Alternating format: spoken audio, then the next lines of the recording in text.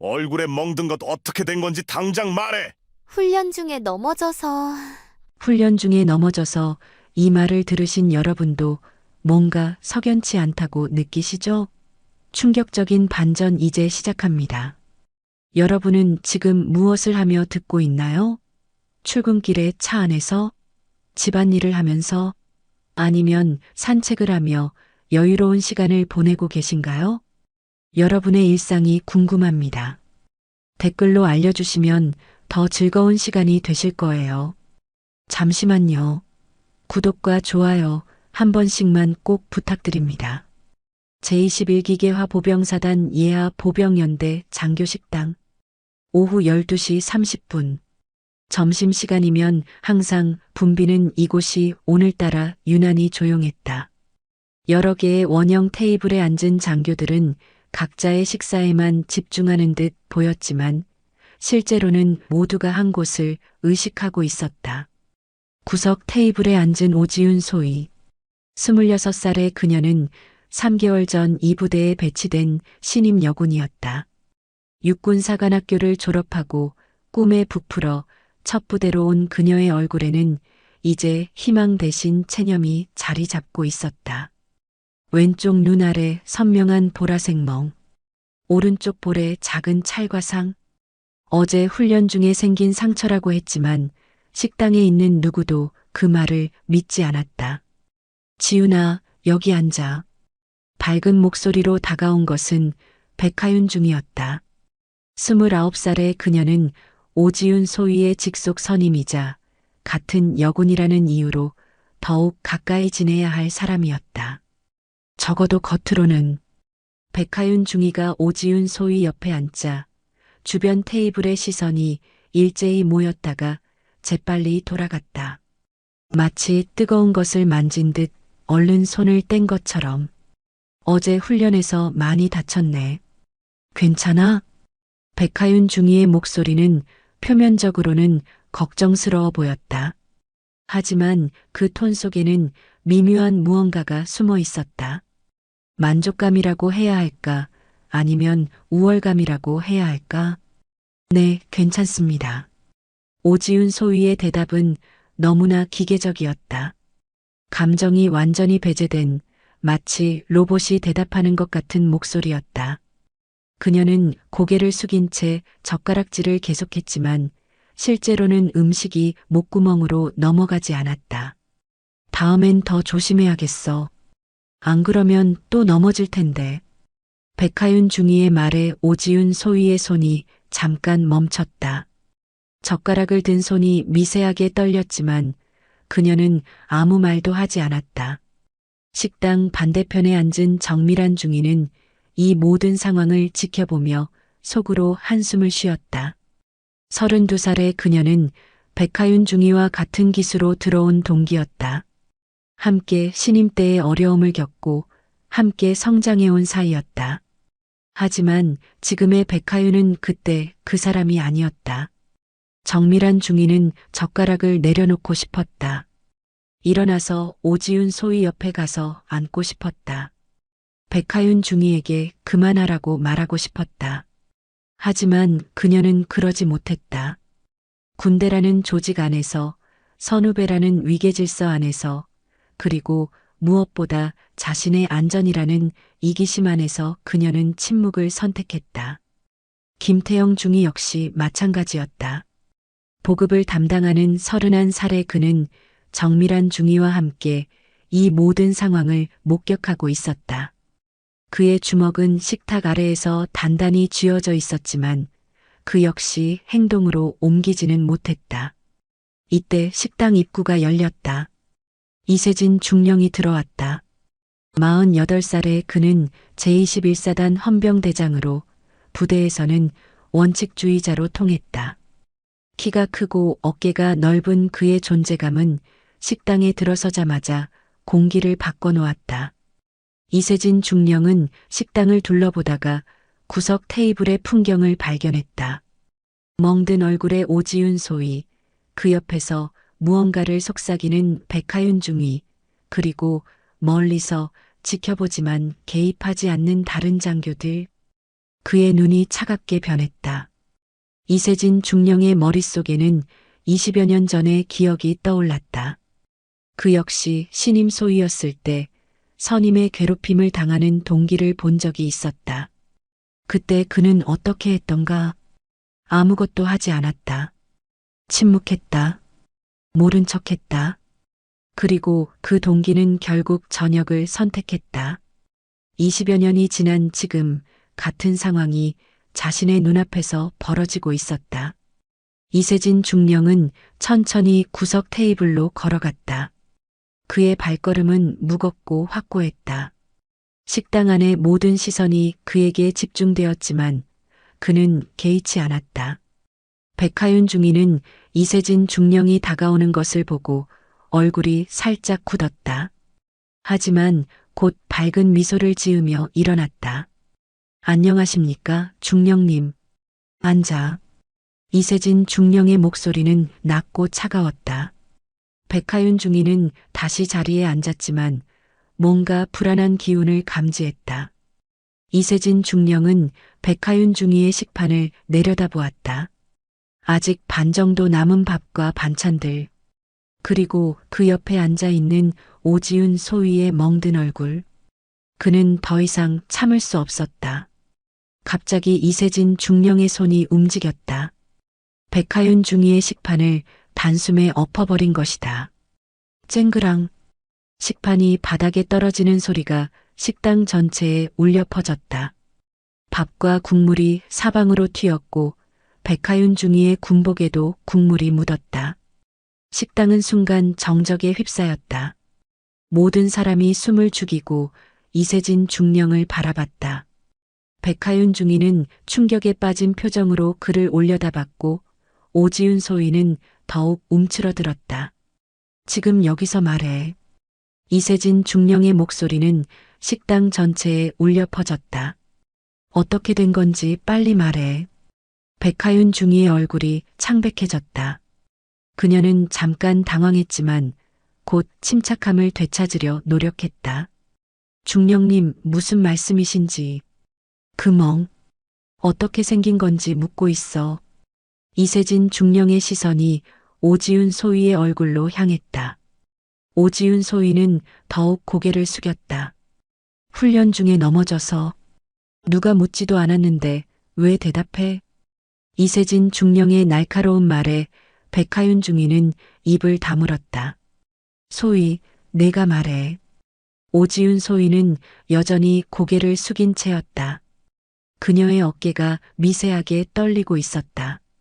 괜찮습니다. 괜찮다는 게 답이 아니야. 어떻게 다쳤는지 묻고 있어.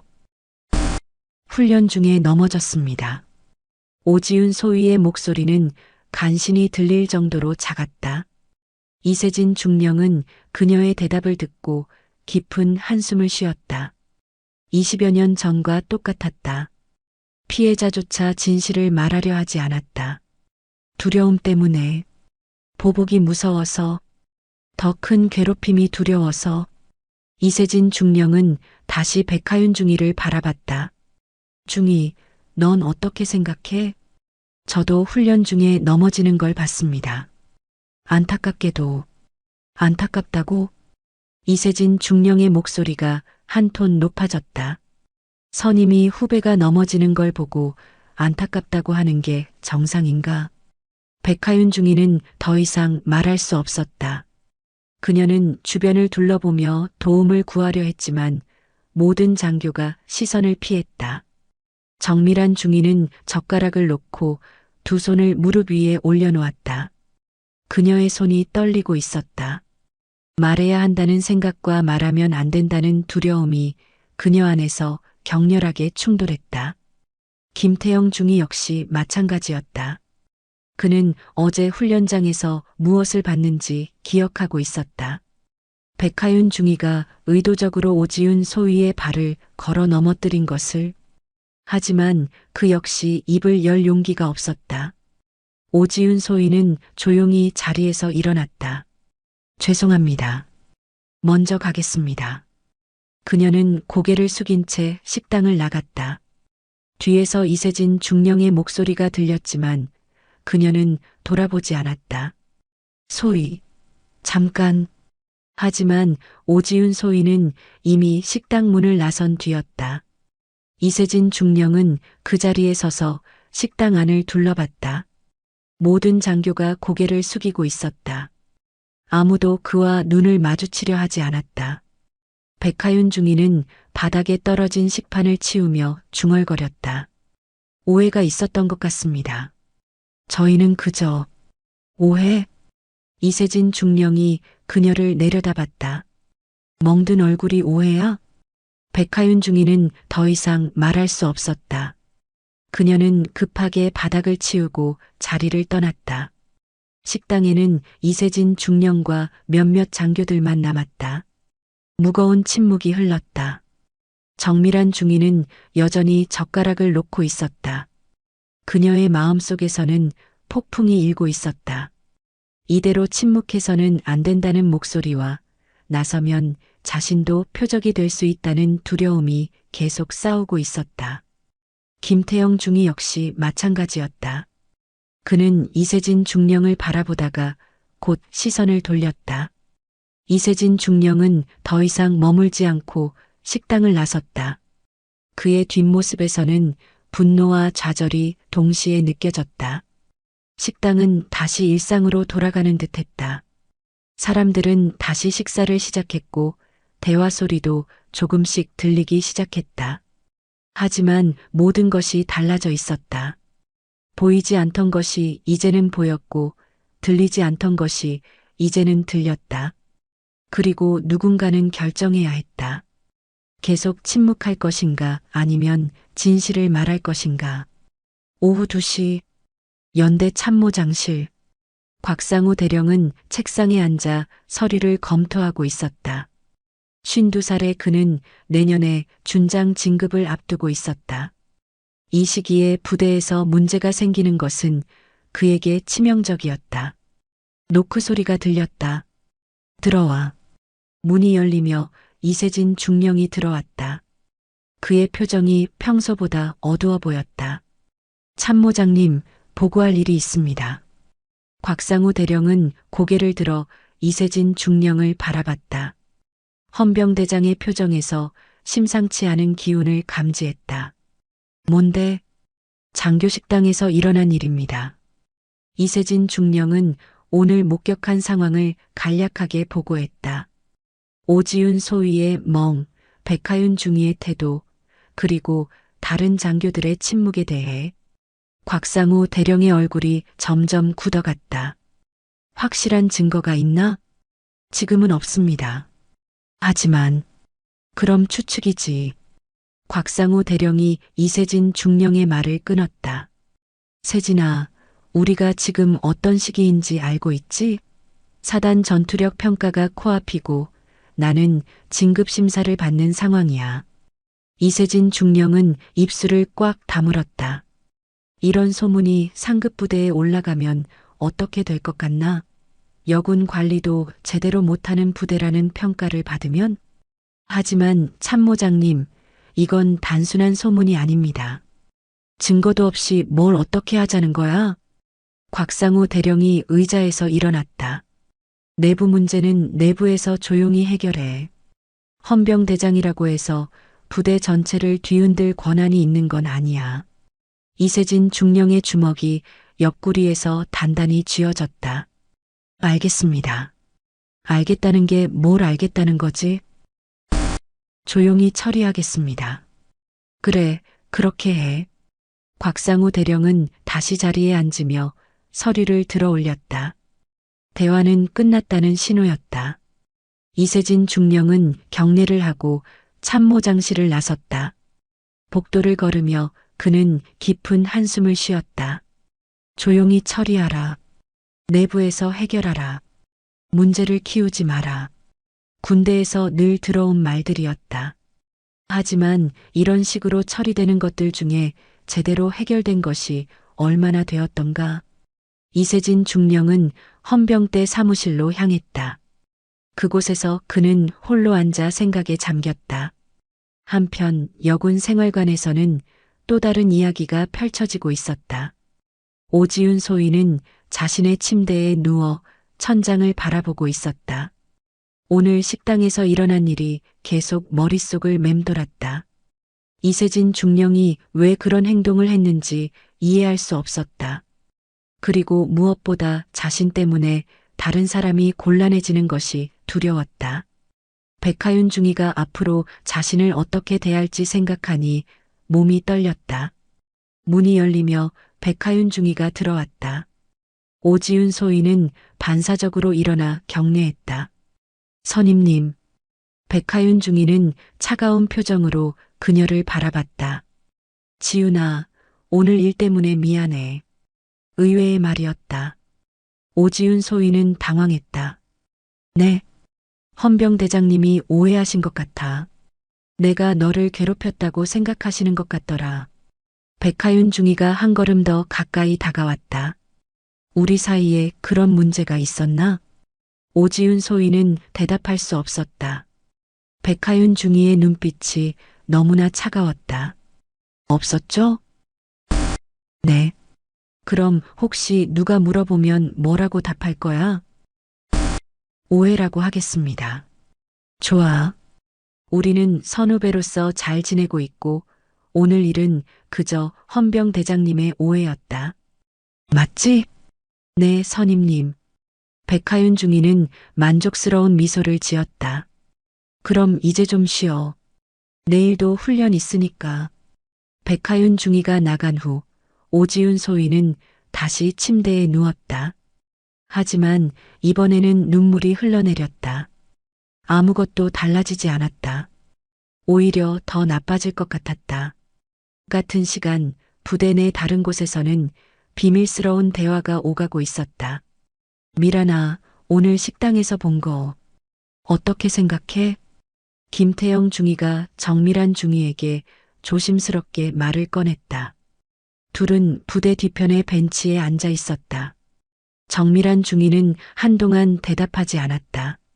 그녀는 하늘을 바라보며 깊은 한숨을 쉬었다. 모르겠어. 정말 모르겠어. 하지만 우리가 본 건 봤다고 해서 뭐가 달라져? 당사자가 부인하는데. 김태영 중위는 답답한 표정을 지었다. 그럼 우리는 계속 모른 척해야 하는 거야? 그럼 넌 어떻게 하고 싶은데? 정밀한 중위가 되물었다. 나서고 싶어? 헌병대에 가서 증언하고 싶어? 김태영 중위는 잠깐 망설였다. 그게 옳은 일이라면. 옳은 일이라고? 태영아, 우리도 이 부대에서 살아가야 한다고. 백중이랑 정면으로 부딪혀서 좋을 게 뭐가 있어? 정밀한 중위의 목소리에는 피로감이 섞여 있었다. 하지만은 무슨. 현실을 봐. 헌병대장님이 나섰다가 어떻게 됐어? 참모장님한테 불려가서 조용히 하라는 소리 들었을 거야. 김태영 중위는 더 이상 말할 수 없었다.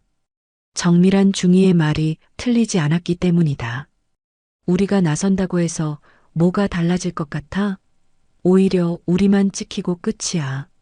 정밀한 중위가 일어났다. 미안. 나도 마음이 편하지 않아. 하지만 지금으로서는 다른 방법이 없어.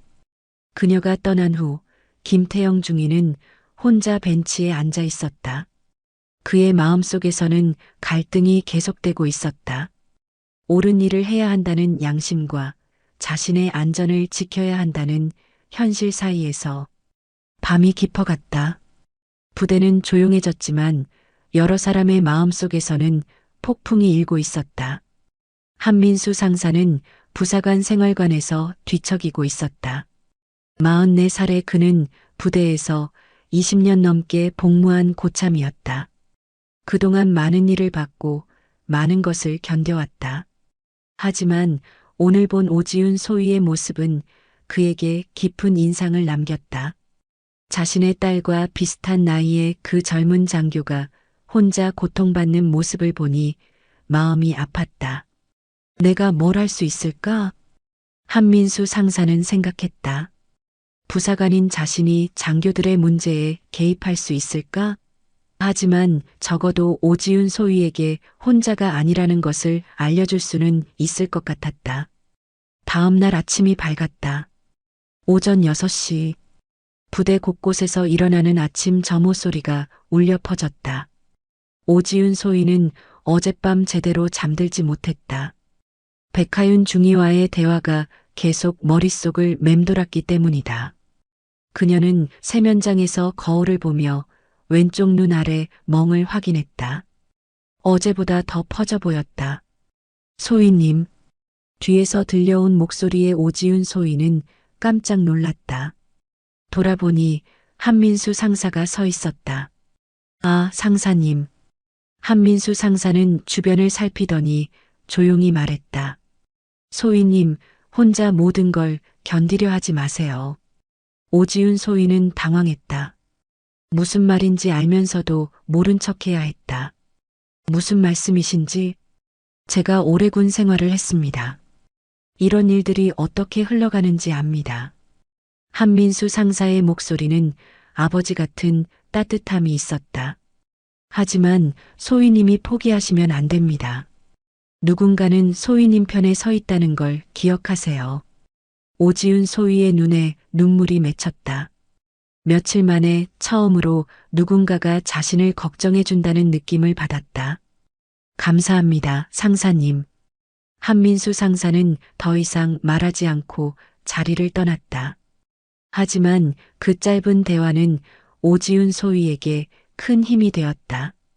오전 9시 헌병대 사무실. 이세진 중령은 어젯밤 내내 고민했던 결과를 정리하고 있었다. 곽상우 대령의 지시는 명확했다. 조용히 처리하라. 하지만 그는 그럴 수 없었다. 20여 년 전의 기억이 그를 괴롭혔다. 그때 자신이 침묵했던 것에 대한 후회가 지금도 그의 마음속에 남아 있었다. 이번에는 달라야 해. 이세진 중령은 중얼거리며 펜을 들었다. 그는 사건에 대한 예비조사 보고서를 작성하기 시작했다. 오전 10시 연대 회의실.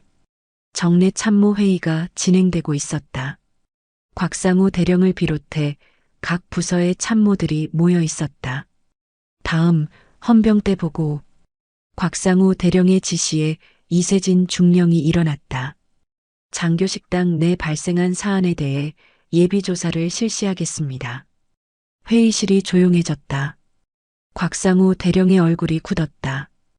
어제 이야기하지 않았나? 네, 하지만 헌병대장으로서 의무를 다해야겠습니다. 다른 참모들이 서로 눈짓을 주고받았다. 분위기가 험악해지고 있었다. 회의 후에 따로 보자.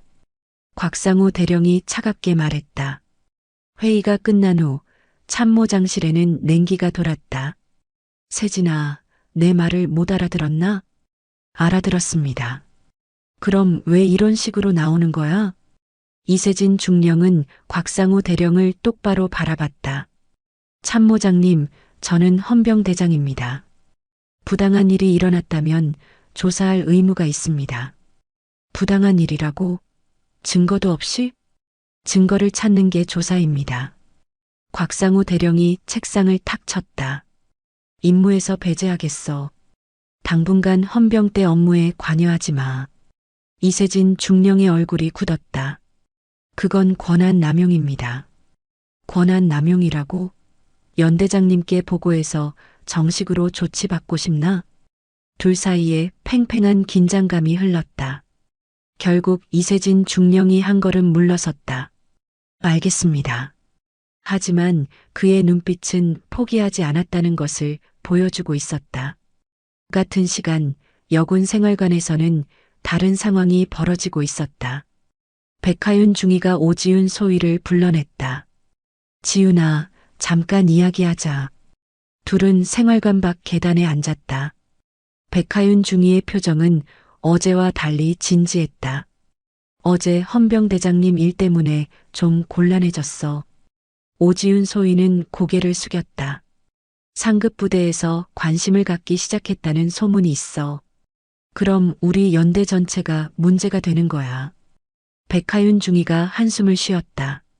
지훈아, 난 정말 너를 도우려고 했던 거야. 내가 군 생활에 적응할 수 있도록. 오지훈 소위는 여전히 아무 말도 하지 않았다. 혹시 내 방식이 좀 거칠었다면 미안해. 하지만 그건 너를 강하게 만들려고 했던 거야. 백하윤 중위의 목소리에는 묘한 진정성이 있었다. 하지만 오지훈 소위는 그 말을 믿을 수 없었다. 앞으로는 좀 더 조심하겠어. 그러니까 너도 이해해줘. 네, 선임님. 오지훈 소위의 대답은 여전히 기계적이었다. 오후 2시 보급창고. 김태영 중위는 물품 점검을 하면서도 계속 고민에 빠져 있었다. 어제 정밀한 중위와의 대화 이후 마음이 더욱 무거워졌다. 이때 창고 문이 열리며 한민수 상사가 들어왔다. 중위님, 물품 요청서 가져왔습니다. 아, 네. 상사님. 김태영 중위가 서류를 받아보다가 한민수 상사의 표정을 살폈다. 뭔가 말하고 싶어 하는 것 같았다. 상사님, 혹시? 중위님. 한민수 상사가 그의 말을 끊었다. 어제 식당에서 일어난 일 보셨죠? 김태영 중위는 주변을 살피며 고개를 끄덕였다. 오소희님이 많이 힘들어 하시는 것 같습니다. 그런 것 같네요. 중위님, 저는 부사관이라 한계가 있습니다. 하지만 중위님이라면 김태영 중위는 한민수 상사의 의도를 알 수 있었다. 상사님, 쉽지 않은 문제예요. 알고 있습니다. 하지만 누군가는 해야 할 일 아닙니까? 한민수 상사의 말에 김태영 중위는 깊은 고민에 빠졌다. 생각해 보겠습니다. 네, 중위님. 그럼 저는 이만. 한민수 상사가 나간 후 김태영 중위는 혼자 창고에 서 있었다. 그의 마음속에서는 결단의 순간이 다가오고 있었다. 오후 5시 훈련장. 오지훈 소위는 다른 신임 장교들과 함께 체력 훈련을 받고 있었다. 백하윤 중위가 훈련을 지휘하고 있었다. 다음, 장애물 통과. 훈련병들이 하나씩 장애물을 통과했다. 오지훈 소위의 차례가 되었다. 소위, 준비됐나? 백하윤 중위의 목소리에는 미묘한 무언가가 섞여 있었다. 오지훈 소위는 고개를 끄덕이고 출발했다. 하지만 두 번째 장애물을 넘을 때 발이 걸려 넘어졌다. 쿵! 오지훈 소위가 땅에 떨어졌다. 다른 신임 장교들이 달려와 일으켜 세우려 했지만 백하윤 중위가 손을 들어 막았다. 혼자 일어나. 전쟁터에서 누가 일으켜 줄 것 같나? 오지훈 소위는 무릎이 까졌지만 스스로 일어났다. 다시 해. 선임님, 무릎에서 피가. 다른 신임 장교 중 하나가 말했지만 백하윤 중위는 무시했다. 다시 하라고 했어. 오지훈 소위는 다시 출발점으로 돌아갔다. 이번에는 조심스럽게 장애물을 통과했지만 마지막 구간에서 또 넘어졌다. 이번에는 얼굴에도 상처가 났다. 일어나. 백하윤 중위의 목소리는 차가웠다. 선임님, 이제 그만. 또 다른 신임 장교가 말을 꺼냈지만 백하윤 중위의 시선에 입을 다물었다. 오지훈 소위는 피를 흘리면서도 다시 일어났다.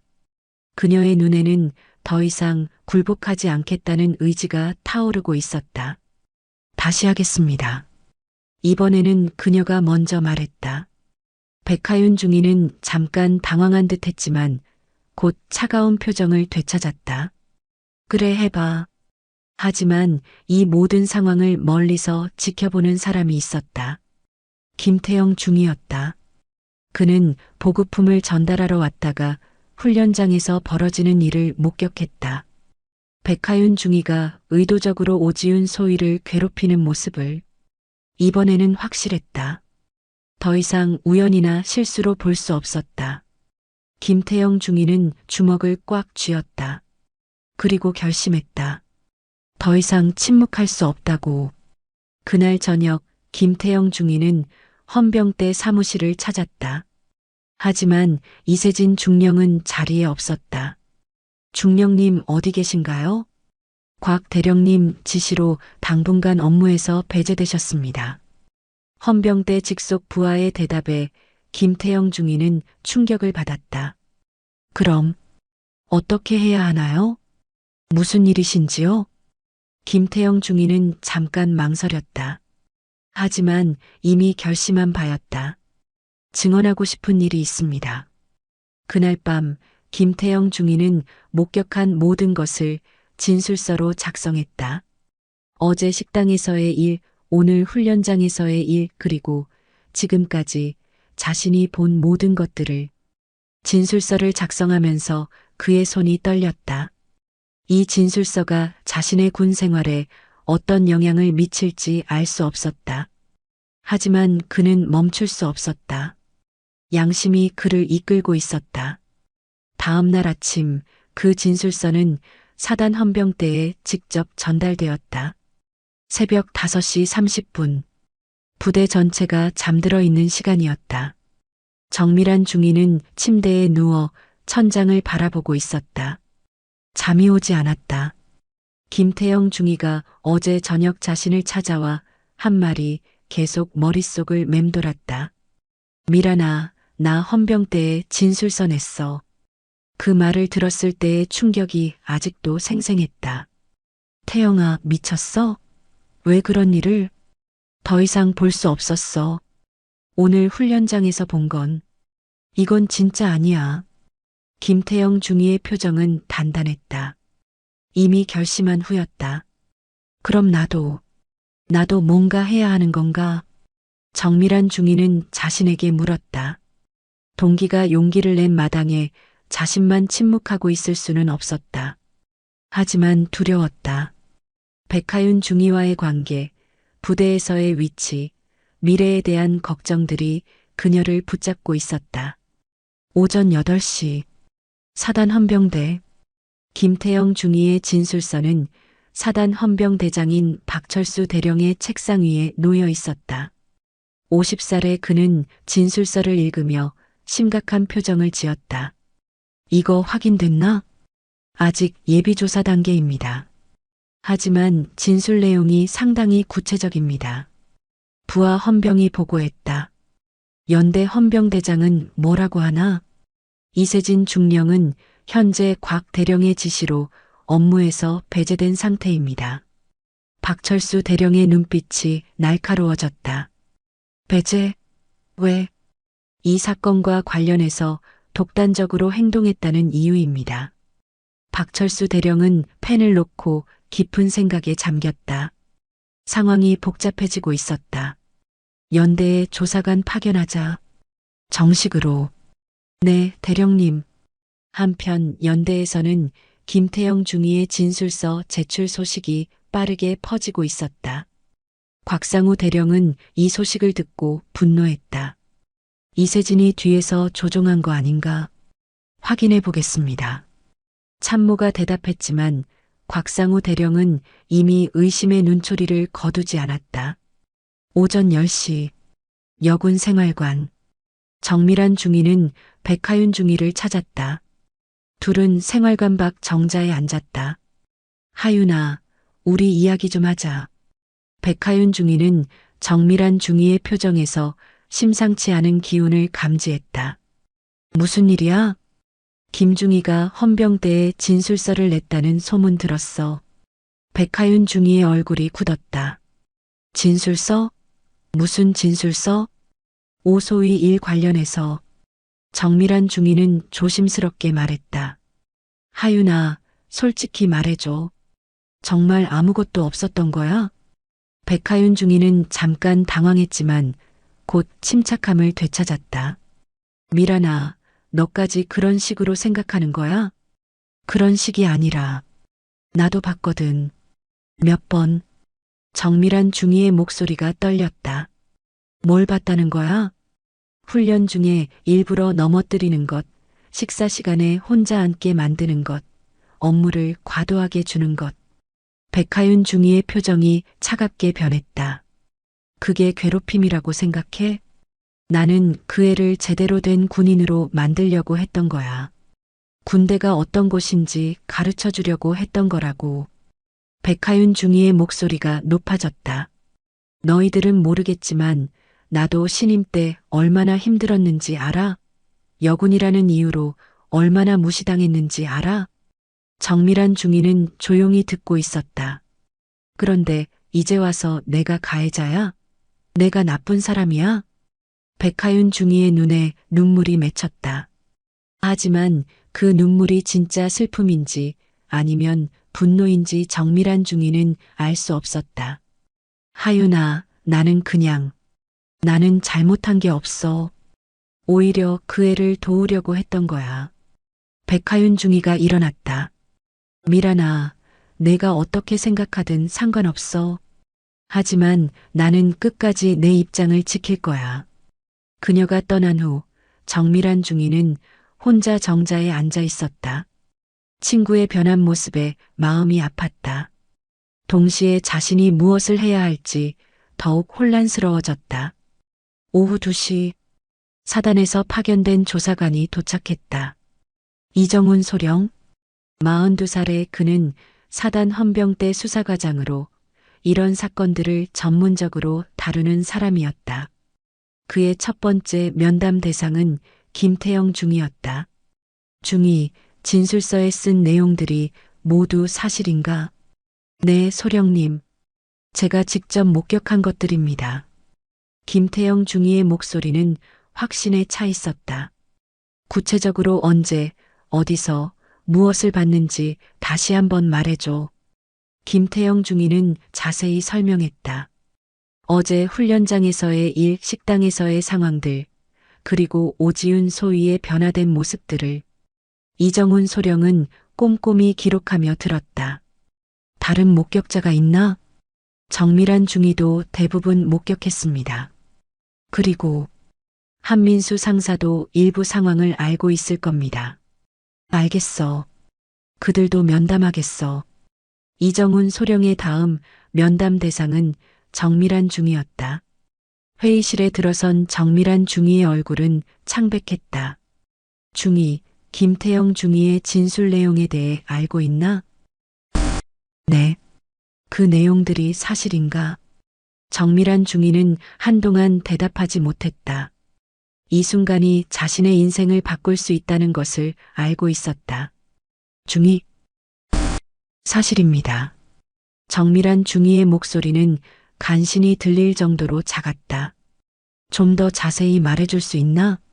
정밀한 중위는 떨리는 목소리로 자신이 목격한 것들을 설명했다. 백하윤 중위의 의도적인 괴롭힘, 오지훈 소위의 고립, 그리고 자신을 포함한 다른 장교들의 침묵에 대해 왜 지금까지 신고하지 않았나? 이정훈 소령의 질문에 정밀한 중위는 고개를 숙였다. 두려웠습니다. 그리고 확신이 서지 않았습니다. 지금은 확신하나? 네. 더 이상 침묵할 수 없습니다.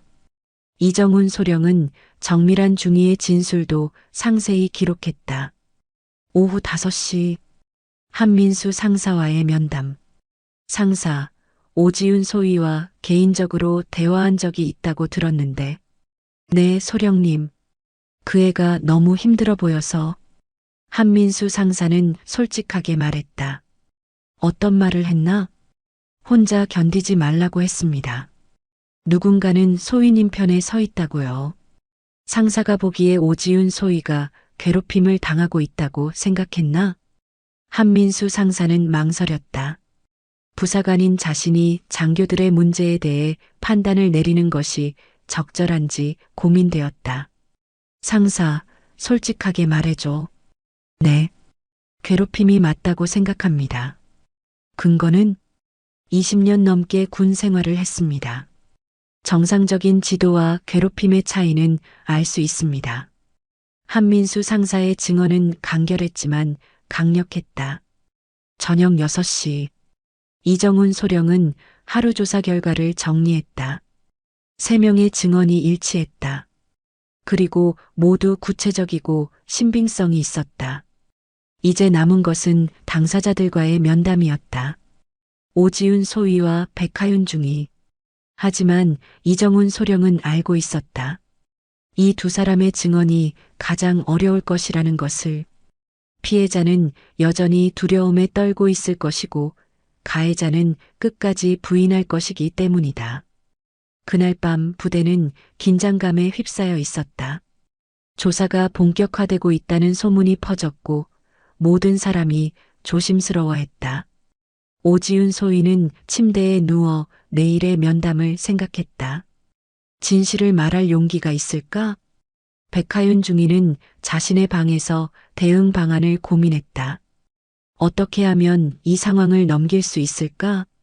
정밀한 중위는 자신이 한 증언에 대해 후회와 안도감을 동시에 느꼈다. 김태영 중위는 처음으로 마음이 편해졌다. 드디어 옳은 일을 했다는 생각이 들었다. 그리고 이세진 중령은 자신의 숙소에서 조용히 미소 지었다. 드디어 진실이 밝혀지기 시작했다. 다음 날 오전 9시 연대 회의실. 이정훈 소령은 오지훈 소위와의 면담을 시작했다. 방에는 조사관 외에 여군 상담관도 함께 있었다. 오지훈 소위는 의자에 앉아 손을 무릎 위에 가지런히 올려놓았다. 그녀의 얼굴에는 여전히 멍과 상처가 남아 있었다.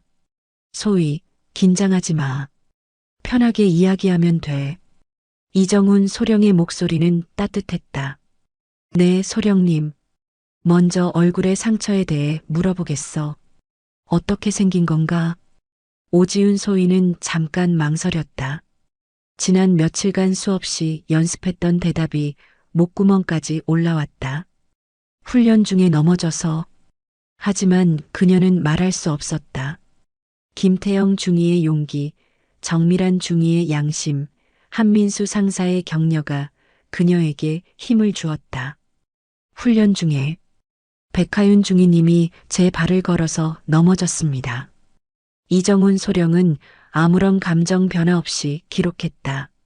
하지만 여군 상담관의 눈에는 안타까움이 스쳤다. 의도적으로 그랬다고 생각하나? 오지훈 소위는 고개를 끄덕였다. 네. 처음에는 실수라고 생각했습니다. 하지만 계속 반복되었습니다. 다른 일들도 있었나? 그제서야 오지훈 소위의 입이 열렸다. 지난 3개월간 겪었던 일들이 쏟아져 나왔다. 식사할 때 항상 혼자 앉게 했습니다. 다른 장교들이 제 옆에 앉으려 하면 눈빛으로 제지했고요. 업무적으로는 어땠나? 불필요한 업무를 계속 주셨습니다. 다른 신임 장교들보다 두세 배는 많았어요. 그리고 조금이라도 실수하면 오지훈 소위의 목소리가 떨렸다. 어떻게 했나? 모든 사람 앞에서 모욕을 주셨습니다. 여군이 군대에 무슨 필요가 있느냐, 이런 식으로 할 거면 전역하라는 말을 자주 하셨어요. 이정훈 소령의 펜이 바쁘게 움직였다. 다른 사람들의 반응은 어땠나? 모두 못 본 척했습니다. 처음에는 이해했어요. 누구도 이런 일에 휘말리고 싶지 않을 테니까. 오지훈 소위가 잠깐 말을 멈췄다. 하지만 점점 외로웠습니다. 정말 혼자라는 생각이 들었어요. 왜 지금까지 신고하지 않았나? 증거가 없었습니다. 그리고 더 심해질까봐 두려웠어요. 오지훈 소위의 증언은 1시간 동안 계속되었다. 구체적이고 일관성 있는 증언이었다. 오전 11시 백하윤 중위와의 면담. 백하윤 중위는 당당한 모습으로 회의실에 들어왔다. 그녀의 표정에는 위축된 기색이 전혀 없었다. 중위, 오지훈 소위와의 관계에 대해 이야기해보자. 네, 소령님. 저는 오 소위의 직속 선임으로서 최선을 다해 지도해왔습니다. 백하윤 중위의 목소리는 확신에 차 있었다. 지도라고 하는데 구체적으로 어떤 방식이었나?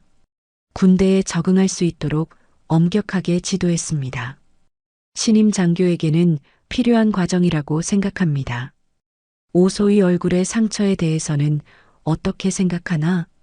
훈련 중 사고였습니다. 아직 훈련에 익숙하지 않아서 자주 넘어지더군요. 백하윤 중위는 조금도 주춤하지 않았다.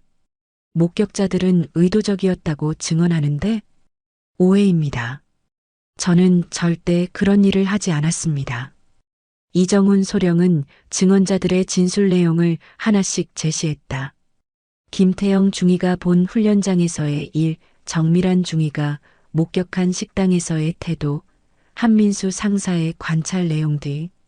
하지만 백하윤 중위는 모든 것을 부인했다. 모두 오해입니다. 제가 엄격하게 지도한 것을 잘못 이해한 거예요. 그럼 중위는 아무런 잘못이 없다는 입장인가? 네. 저는 선임으로서 당연한 일을 했을 뿐입니다. 백하윤 중위의 태도는 끝까지 변하지 않았다. 오후 2시 이정훈 소령은 곽상우 대령을 면담했다. 대령님, 이 사건에 대해 어떻게 알고 계신가? 곽상우 대령의 표정은 불편해 보였다. 일부 과민 반응이라고 생각합니다. 요즘 젊은 장교들이 좀 예민해서. 하지만 여러 목격자의 증언이 일치하는데요. 목격자라고 하지만 실제로는 추측에 불과하지 않습니까? 곽상우 대령이 방어적으로 나왔다. 이세진 중령을 업무에서 배제한 이유는 뭔가요? 독단적으로 행동해서 부대 분위기를 해쳤습니다. 참모장으로서 필요한 조치였어요. 이정훈 소령은 곽상우 대령의 태도에서 사건을 축소하려는 의도를 분명히 느꼈다. 오후 4시 이세진 중령과의 면담. 중령님, 이 사건을 어떻게 알게 되었나? 이세진 중령은 차분하게 대답했다. 장교식당에서 직접 목격했습니다. 오소위의 상처와 주변 분위기가 심상치 않았어요. 그래서 어떤 조치를 취했나? 현장에서 즉시 문제를 제기했습니다. 하지만 당사자들이 부인했고 상급자의 지시로 더 이상 진행할 수 없었습니다. 이세진 중령의 증언은 솔직하고 일관성이 있었다. 개인적으로 이 사건을 어떻게 판단하시나? 명백한 괴롭힘입니다. 그리고 조직적 은폐 시도도 있었다고 봅니다. 오후 6시 이정훈 소령은 이틀간의 조사를 마무리했다. 증거는 충분했다. 피해자의 증언, 복수의 목격자 증언, 그리고 가해자의 일관된 부인. 모든 것이 전형적인 괴롭힘 사건의 패턴과 일치했다. 저녁 7시 사단 헌병대 박철수 대령은 이정훈 소령의 보고를 들었다. 결론이 뭔가? 괴롭힘이 있었던 것으로 판단됩니다. 그리고 연대 차원에서 은폐하려는 시도도 확인했습니다. 박철수 대령은 깊은 한숨을 쉬었다. 사단장님께 보고해야겠군. 네, 대령님. 이세진 중령의 처분권은 어떻게 할까? 오히려 표창감이라고 생각합니다. 옳은 일을 하려다가 불이익을 받았거든요. 그날 밤 연대에는 긴장감이 돌았다. 조사 결과가 어떻게 나올지 모든 사람이 궁금해했다. 백하윤 중위는 자신의 방에서 불안해했다. 아무리 부인해도 증거가 너무 많았다. 오지윤 소위는 처음으로 마음이 편해졌다. 드디어 진실을 말했다는 안도감이 들었다. 정밀한 중위는 자신이 한 선택에 대해 후회하지 않았다. 늦었지만 옳은 일을 했다고 생각했다. 김태영 중위는 처음 용기를 낸 자신이 자랑스러웠다. 이세진 중령은 조용히 미소 지었다. 20여 년 전의 후회를 조금이나마 덜 수 있을 것 같았다. 사흘 후 오전 8시 사단장실. 김대성 소장은 책상에 앉아 조사보고서를 읽고 있었다. 55살의 그는 사단을 지휘한 지 2년째였다. 군 생활 30년 동안 이런 사건들을 여러 번 봤지만 여전히 마음이 무거웠다. 참모장을 불러. 네, 사단장님. 잠시 후 사단 참모장인 이양국 대령이 들어왔다. 이 보고서 봤나? 네, 사단장님. 심각한 문제입니다. 김대성 소장은 보고서를 내려놓으며 깊은 한숨을 쉬었다. 연대장도 연루되었나? 직접적인 연루는 없지만 관리 책임에서 자유롭지 못할 것 같습니다. 곽상우 대령은 은폐 시도가 명확합니다. 조치가 필요해 보입니다. 김대성 소장은 창밖을 바라보며 생각에 잠겼다. 이런 일이 또 일어나면 안 되는데. 네, 사단장님.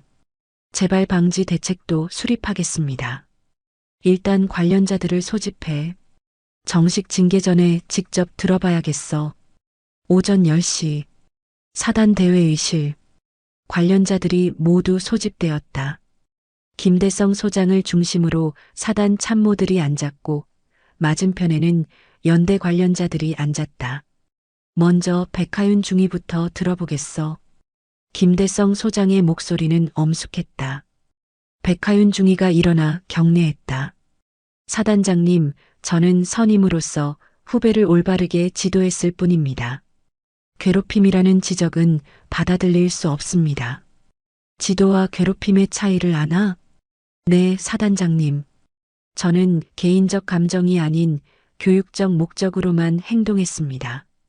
김대성 소장은 조사 보고서를 펼쳤다. 보고서에 따르면 중위는 의도적으로 후배를 넘어뜨리고 모욕적인 발언을 반복했다고 되어 있는데 그런 일은 없었습니다. 모두 오해입니다. 백하윤 중위는 끝까지 부인했다. 그럼 4명의 증언자가 모두 거짓말을 한다는 건가? 백하윤 중위는 대답할 수 없었다. 김대성 소장이 김태영 중위를 바라봤다. 김중위, 왜 진술서를 냈나? 김태영 중위가 일어났다. 사단장님, 더 이상 볼 수 없었습니다. 분명한 괴롭힘이었습니다. 구체적으로 뭘 봤나? 김태영 중위는 자신이 목격한 모든 것을 다시 한번 상세히 설명했다. 훈련장에서의 의도적인 방해, 식당에서의 고립, 업무상 차별 등. 이어서 정밀한 중위도 비슷한 증언을 했다. 저도 처음에는 확신이 서지 않았습니다. 하지만 시간이 지날수록 이것이 정상적인 지도가 아니라는 것을 알 수 있었습니다. 한민수 상사의 증언은 간결했지만 강력했다. 사단장님, 20년 넘게 여러 신임 장교들을 봐왔습니다. 이런 경우는 처음입니다. 마지막으로 이세진 중령이 발언했다. 사단장님, 저는 20여 년 전 비슷한 상황에서 침묵했던 후회가 있습니다. 이번에는 그러고 싶지 않았습니다. 김대성 소장은 모든 증언을 들은 후 곽상우 대령을 바라봤다.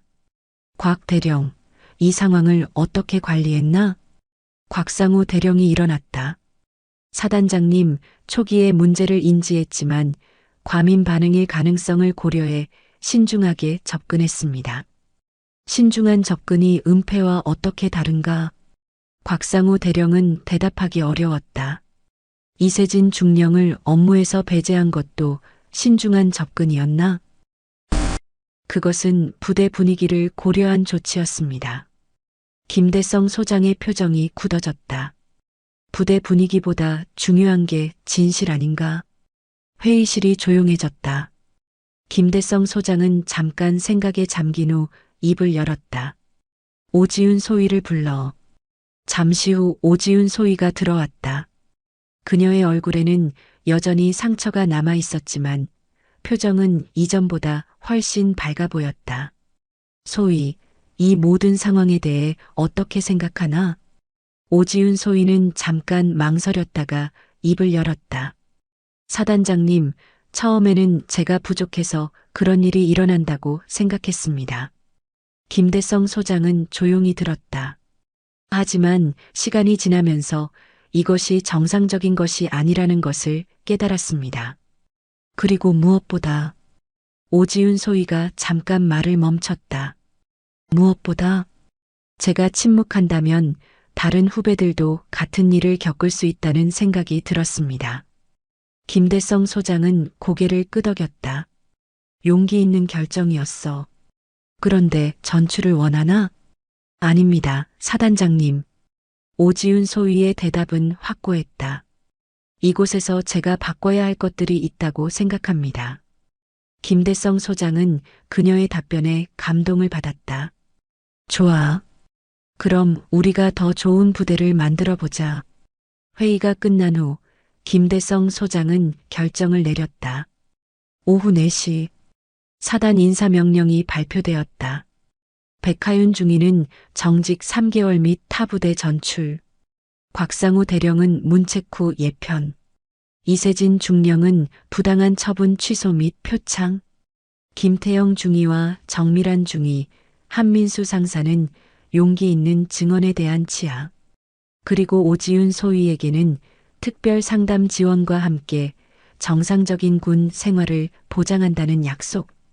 저녁 6시 장교 식당. 오지윤 소위가 식판을 들고 들어왔다.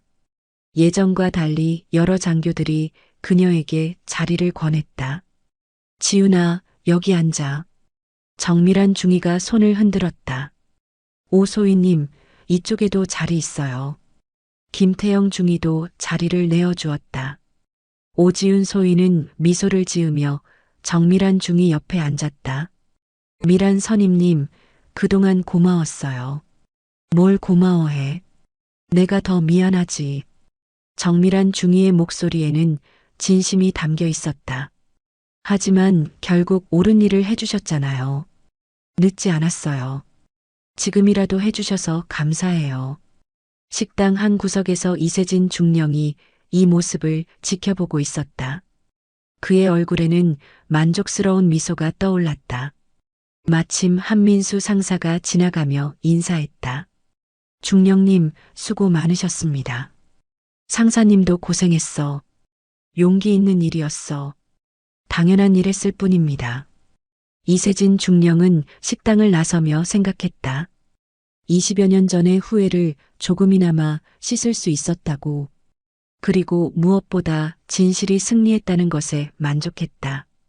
한 달 후 제21기계화 보병사단에는 새로운 분위기가 자리 잡고 있었다.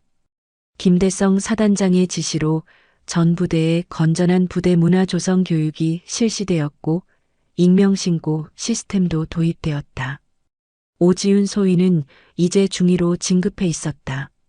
사건 해결 과정에서 보여준 용기와 성숙함을 인정받은 결과였다.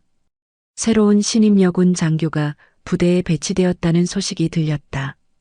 이수진 소위, 25살의 그녀는 육군사관학교 후배로 오지윤 중위에게 업무 인수인계를 받게 되어 있었다.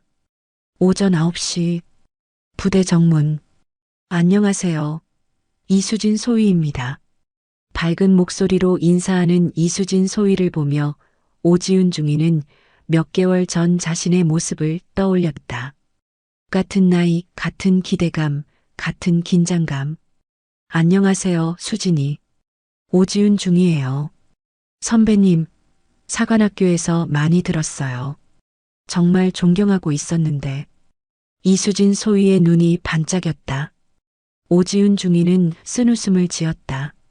자신이 어떤 이유로 유명해졌는지 알고 있었기 때문이다. 일단 숙소부터 안내해 줄게. 둘은 함께 부대 안으로 들어갔다. 와, 생각보다 시설이 좋네요. 이수진 소위는 신기해하며 주변을 둘러봤다. 응, 꽤 괜찮은 편이야. 그런데 수진아. 오지윤 중위가 진지한 표정을 지었다. 네, 선배님.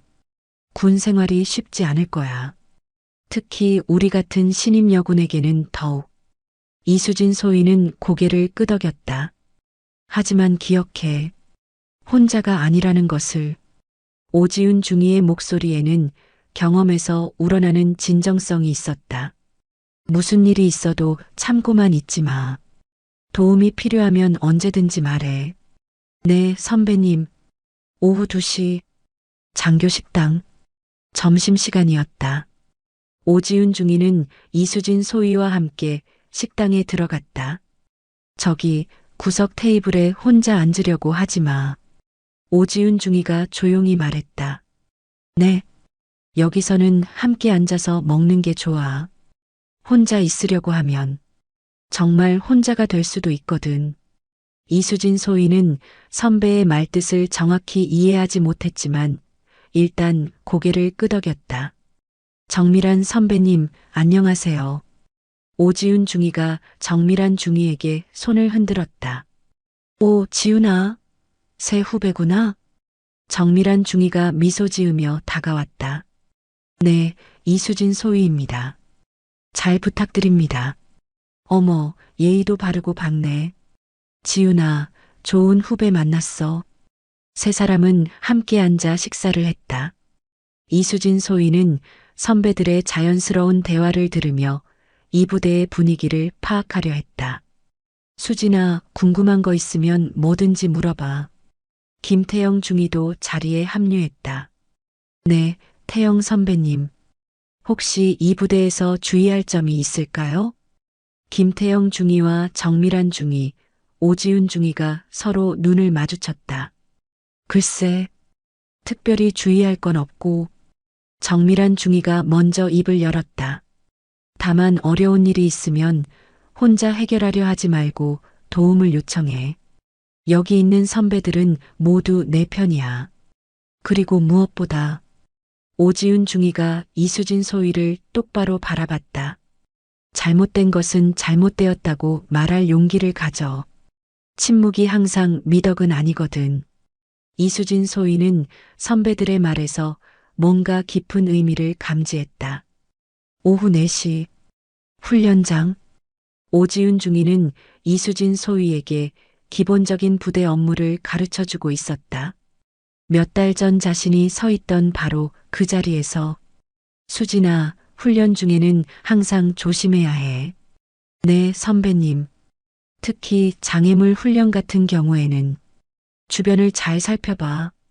오지훈 중위의 목소리에는 묘한 무게감이 있었다. 혹시 누군가 일부러 방해하거나 위험하게 만든다면 즉시 신고해야 해. 그런 일이 있나요?